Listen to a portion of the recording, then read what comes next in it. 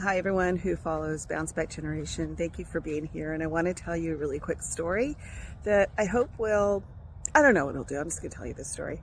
So when I was in my early 20s, I grew up in a pretty dysfunctional home like a lot of people, and this one Christmas my older brother had just gotten married, and his wife came from a really functional family and she wanted to have a really functional Christmas. So she did a lot of work, organized everything. We went over to their house, but they were vegetarian, so we were not going to have any meat. And my two younger brothers, who were rather wild and like to consume a lot of substances, weren't into that. They also wouldn't let us drink alcohol because they thought that there might be some explosions from that, which was accurate. But there was, even I didn't want to have that. I needed a little alcohol just to smooth things out. Everything just tried to, my poor sister-in-law, she really tried. She tried to make it a sweet, good, nice Christmas, and it just wasn't going to happen. And there was some fighting, there was a lot of discomfort, there was disgruntled, nothing went as planned.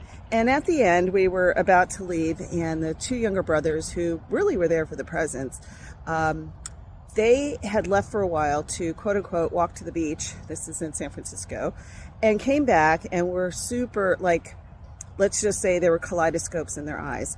And we turned our backs for a minute, talking, doing something else. And when we went to open the Christmas presents, they left, and they had written in black Sharpie on all of the presents, "This is the worst Christmas ever." And I thought it was hilarious. And I don't know, I just laughed, and I left after that.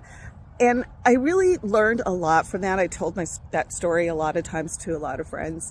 And what I learned from that is, don't try to make it, the commercial look of Christmas, that, you get the brand new car with the bow on it, and everyone's sitting around drinking coffee on Christmas morning being really happy.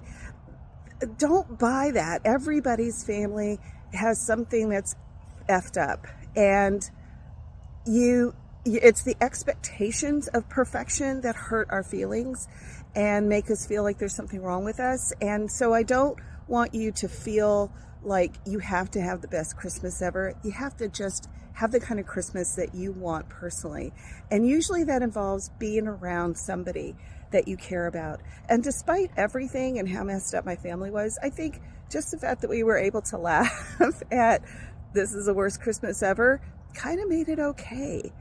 So lower your expectations, be around people you care about, and I think most importantly, be able to be with yourself. That if nothing else, if all the plans fall through, or there are no plans, or there are no people that you really care about, spend time with yourself, developing that relationship with yourself. It is so worth it. And it is part of growing up. It's part of who we become, who we are, is to enjoy spending time with ourselves. Have the best Christmas ever or the worst Christmas ever. It doesn't effing matter. Thanks for listening.